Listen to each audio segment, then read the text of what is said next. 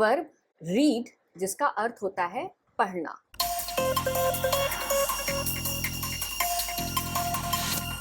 जैसा कि हम सब जानते हैं, रीड का अर्थ होता है पढ़ना, जिसका मतलब है कि कुछ लिखे हुए को देखना, देख करके समझने की कोशिश करना कि उस लिखावट से क्या जानकारी या फिर क्या संदेश मिल रहा है। जैसे किताब पढ़ना, अखबार पढ़ना या फिर कहीं पर कोई शब्द को पढ़ना। जैसे यहाँ पर लिखा है वेलकम, ये लिखा है ब्रेकिंग न्यूज, ये लिखा है धन्यवाद। आइए अब रीड के 5 फॉर्म्स को देखते हैं, यानी V1 form, V2 form, V3 form, V4 form और V5 फॉर्म। रीड का V1 फॉर्म होता है रीड, V2 फॉर्म होता है रेड, V3 फॉर्म होता है रेड, V4 फॉर्म होता है रीडिंग और V5 फॉर्म होता है रीड्स। यहाँ पर आपको ये याद रखना है कि V2 फॉर्म को रेड पढ़ा जाता है, रेड, और V3 फॉर्म को भी रेड पढ़ा जाता है। हालांकि V1 फॉर्म, V2 फॉर्म और V3 फॉर्म तीनों की स्पेलिंग सेम होती है। तो इसको इस तरह पढ़ेंगे, रीड, रेड, रेड, रीडिंग और रीड्स। V1 फॉर्म को बेस वर्ब, रूट वर्ड और प्रेजेंट फॉर्म कहा जाता है। V2 फॉर्म को पास्ट फॉर्म कहा जाता है। V3 फॉर्म को पास्ट पार्टिसिपल फॉर्म भी कहा जाता है। V4 फॉर्म को प्रेजेंट पार्टिसिपल फॉर्म कहा जाता है और V5 फॉर्म को थर्ड पर्सन सिंगुलर फॉर्म भी कहा जाता है। रीड एक इर्रेगुलर वर्ब है जो डी और ईडी रूल को फॉलो नहीं करता है। वर्ब 2 प्रकार के होते हैं, रेगुलर वर्ब और इर्रेगुलर वर्ब। रेगुलर वर्ब वे वर्ब होते हैं जिनके V1 फॉर्म में ईडी जोड़ने पर उनके V2 फॉर्म और V3 फॉर्म मिल जाते हैं। उदाहरण के लिए यहाँ पर एक एक्शन वर्ड है वर्क। वर्क का अर्थ होता है काम करना। वर्क का V1 फॉर्म है वर्क। इसका V2 फॉर्म तब बनता है जब हम वर्क के आगे ईडी ऐड कर देते हैं और बन जाता है वर्कड। और इसी तरह से V3 फॉर्म बनता है वर्कड। रीड एक इर्रेगुलर वर्ब है जो डी या ईडी रूल को फॉलो नहीं करता है। तो इसका V1 फॉर्म है रीड, V2 फॉर्म है रेड और V3 फॉर्म है रेड। वर्ब के V1 फॉर्म का यूज इंपेरेटिव सेंटेंसेस के लिए किया जाता है।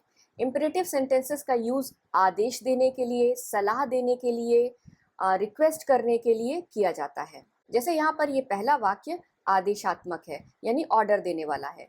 Read aloud to the class, कक्षा में जोर से पढ़कर सुनाएं, यानी इतना ऊंचा पढ़े कि कक्षा में सबको सुनाई दे। Read aloud. Don't read while walking, चलते समय पढ़े नहीं।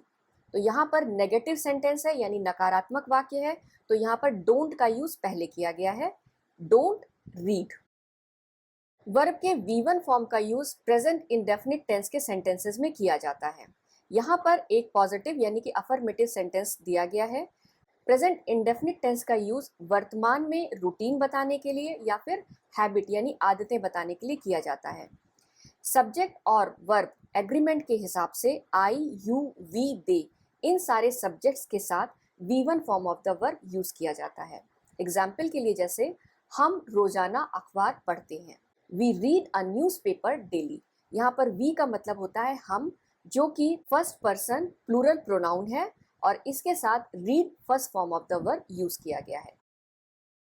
वर्ब के V2 फॉर्म का यूज पास्ट इंडेफिनिट टेंस के सेंटेंसेस में किया जाता है जब हम भूतकाल में जो घटनाएं हुई या फिर जो इवेंट्स हुए उन्हें बताना चाहते हैं, उनकी इंफॉर्मेशन देना चाहते हैं। प्रेजेंट इंडेफिनिट टेंस के पॉजिटिव सेंटेंसेस में सभी सब्जेक्ट्स के साथ V2 form of the verb use किया जाता है। आइए सेंटेंस देखते हैं। मैंने पिछले महीने एक कहानी की किताब पढ़ी। यहाँ पर आप देख रहे हैं 2 व्यक्ति बात कर रहे हैं और ये मंथ दिसंबर का है, यानी कि दिसंबर का मंथ चल रहा है। और जो व्यक्ति है यानी स्पीकर है, उसने पिछले महीने यानी लास्ट मंथ जब नवंबर था तब उसने ये बुक पढ़ी, यानी जो लास्ट मंथ है वो बीता हुआ समय है, पास्ट है। I read a story book last month. यहाँ पर सब्जेक्ट आई है और उसके साथ red V2 form of the verb use किया गया है। वर्ब के V3 फॉर्म का यूज परफेक्ट टेंस के सेंटेंसेस को बनाने के लिए किया जाता है।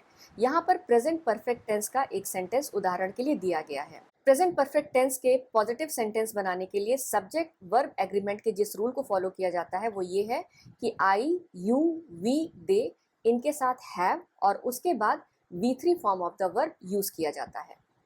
इस एग्जाम्पल में एक सब्जेक्ट है, वो ये कह रहा है मैंने इस महीने 2 कहानी की पुस्तकें पढ़ी हैं। इस महीने यानी कि जो मंथ है वो अभी खत्म नहीं हुआ है, जैसा कि यहाँ कैलेंडर में दिख रहा है 23 दिसंबर, यानी दिसंबर मंथ अभी पूरा नहीं हुआ है, अभी चल रहा है। इसलिए ये एक अनफिनिश्ड टाइम पीरियड है जिसमें 2 स्टोरी बुक्स पढ़ने का काम पूरा हुआ है। तो इसको इस तरह से बोला जाएगा, I have read 2 story books this month, जहां पर आई सब्जेक्ट है, हैव एक हेल्पिंग वर्ब है जिसे आई के साथ यूज किया जाता है और red V3 form of the verb है। वर्ब के V4 फॉर्म का यूज तब किया जाता है जब बताना हो कोई कार्य जारी अवस्था में है, यानी कोई काम हो रहा है, ऑन गोइंग है। यहाँ पर प्रेजेंट कंटिन्यूअस टेंस का एक एग्जाम्पल लिया गया है जो कि अफर्मेटिव है यानी पॉजिटिव है। सब्जेक्ट है शी के साथ जो हेल्पिंग वर्ब यूज किया जाता है वो होता है इज और इसके साथ V4 form of the verb use किया गया है। यानी जब सब्जेक्ट ये सेंटेंस बोल रहा है तब शी किताब पढ़ने का काम कर रही है, तो इसे इस तरह कहा जाएगा, she is reading a story book. Verb के V5 फॉर्म का यूज प्रेजेंट इंडेफिनिट टेंस में किया जाता है।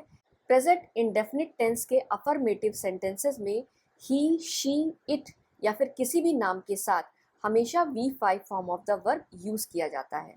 जैसे यहाँ पर एक नाम है अनीता। अनीता रोजाना अखबार पढ़ती है, तो इसको इस तरह से बोला जाएगा, अनीता रीड्स अ न्यूज़पेपर डेली। अनीता सब्जेक्ट है, रीड्स उसके साथ V5 form of the verb का यूज किया गया है। आई होप आपको मेरा वीडियो पसंद आया होगा। मेरे इस वीडियो को लाइक और शेयर जरूर कीजिए, साथ में इस मेरे चैनल को सब्सक्राइब करना मत भूलिए। थैंक यू, धन्यवाद।